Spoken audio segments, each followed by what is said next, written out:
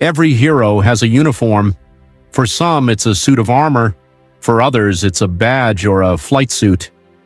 But on the morning of September 11th, 2001, one of the greatest heroes in American history was wearing a business suit and carrying a simple red silk bandana in his pocket. His name was Welles Crowther.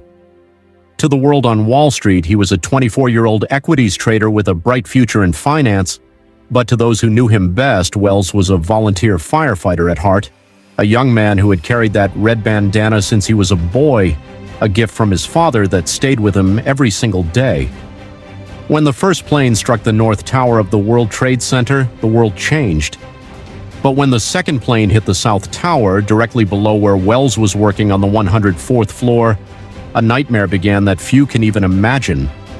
The impact was cataclysmic. Elevators were severed. Stairwells were filled with fire and debris. On the 78th floor sky lobby, dozens of people were trapped in a tomb of smoke and twisted metal, blinded by the darkness and paralyzed by fear. They were waiting for a miracle. And then, through the thick black haze, a man appeared. He wasn't wearing a fire jacket. He didn't have an oxygen tank. But his face was wrapped in that red silk bandana to filter out the suffocating smoke. His voice was calm, steady, and filled with the authority of a man who knew exactly what he was doing. He didn't ask if people were okay. He told them to get up. He told them he had found the stairs. He didn't just point the way. He found a woman who couldn't walk, hoisted her onto his back, and carried her down 17 flights of stairs to safety. Once he reached the 61st floor, where the air was clear and the path to the street was open, those he saved expected him to walk out into the sunlight with them. But Welles Crowther didn't look at the exit. He looked back at the smoke. He told the survivors he was going back up to help more people. He climbed back into the heat. He climbed back into the darkness. Witnesses say they saw him again, still wearing that red bandana, organizing a second group of survivors, guiding them through the debris and the chaos. He was seen for the very last time heading back up the stairs yet again, this time with a group of firefighters carrying a hydraulic rescue tool to free those trapped in the wreckage. When the South Tower collapsed, Welles was still inside. For months, his family didn't know what had happened to him. They only knew their son was missing.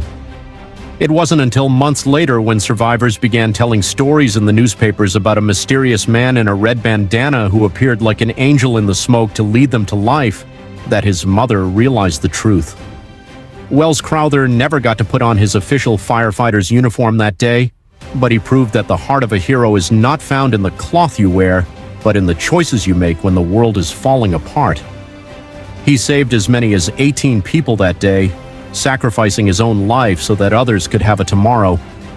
Welles Crowther showed us that a hero can be anyone, anywhere, at any time. It's not the rank on your shoulder or the badge on your chest. It's the red bandana in your heart. If this story touched you, if it reminded you of the incredible courage found in the streets of our cities every single day, please take a moment to like this video. Every like helps us ensure that the names of heroes like Welles are never forgotten. We are on a mission here at Hearts in Uniform to build a community of respect. Subscribe to our channel and join us as we continue to honor those who give everything for us. I want to hear from you in the comments. Today we honor the first responders and the hidden heroes of our cities. If you have a firefighter, a police officer, or an EMT in your family, drop a respect in the comments or tell us their story. Let's make this a place where their legacy lives on. Thank you for watching, and remember, keep your heart in the mission.